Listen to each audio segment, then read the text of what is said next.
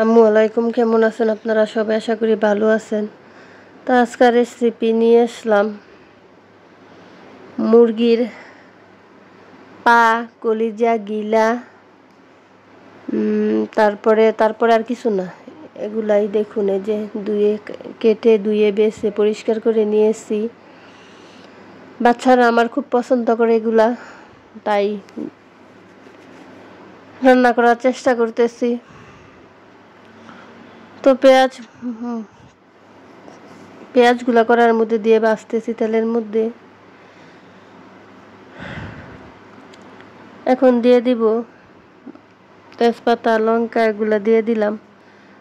তেজপাতা, দারচিনি, আদা বাটা, রসুন বাটা এগুলা দিয়ে দিচ্ছি। তো এগুলো একটু লাল লাল করে ভাজা হোক। আমি আদাটাও সবসময় একটু তেলের মধ্যে ভেজে নেই, কারণ কাঁচা গন্ধটা থাকে না। তারপরে সব মশলা দিয়ে নেই। আদা বাটাটা, রসুন বাটাটা তেলের মধ্যে একটু ভেজে নিলে সুন্দর হয়। যাই হোক, তারপরে হলুদ দিয়ে দিলাম পরিমাণ মতন, হলুদের গুঁড়া,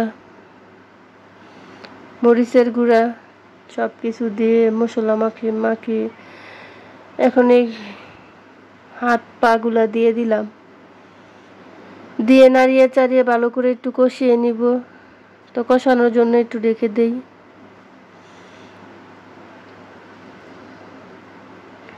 আর এগুলার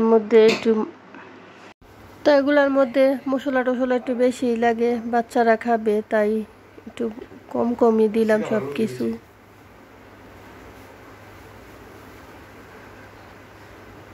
তো দিয়ে দেখলাম যে একটু মশলা কম দেওয়া হয়েছে, সাদা। তো আর একটু হলুদের গুঁড়া দিয়ে দিলাম। হলুদের গুঁড়াটা দিয়ে আর একটু ডেকে দিচ্ছি।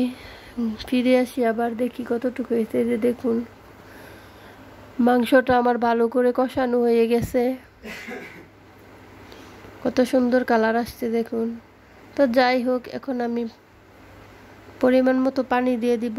এই যে পানি দিয়ে দিচ্ছি। পানি দিয়ে ভালো করে ডেকে দিব।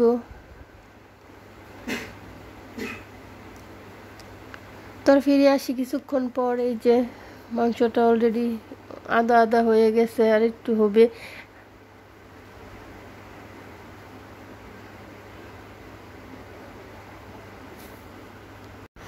তো যাই হোক, এই যে আমার মাংস রান্নাটা আদা হয়ে গেছে।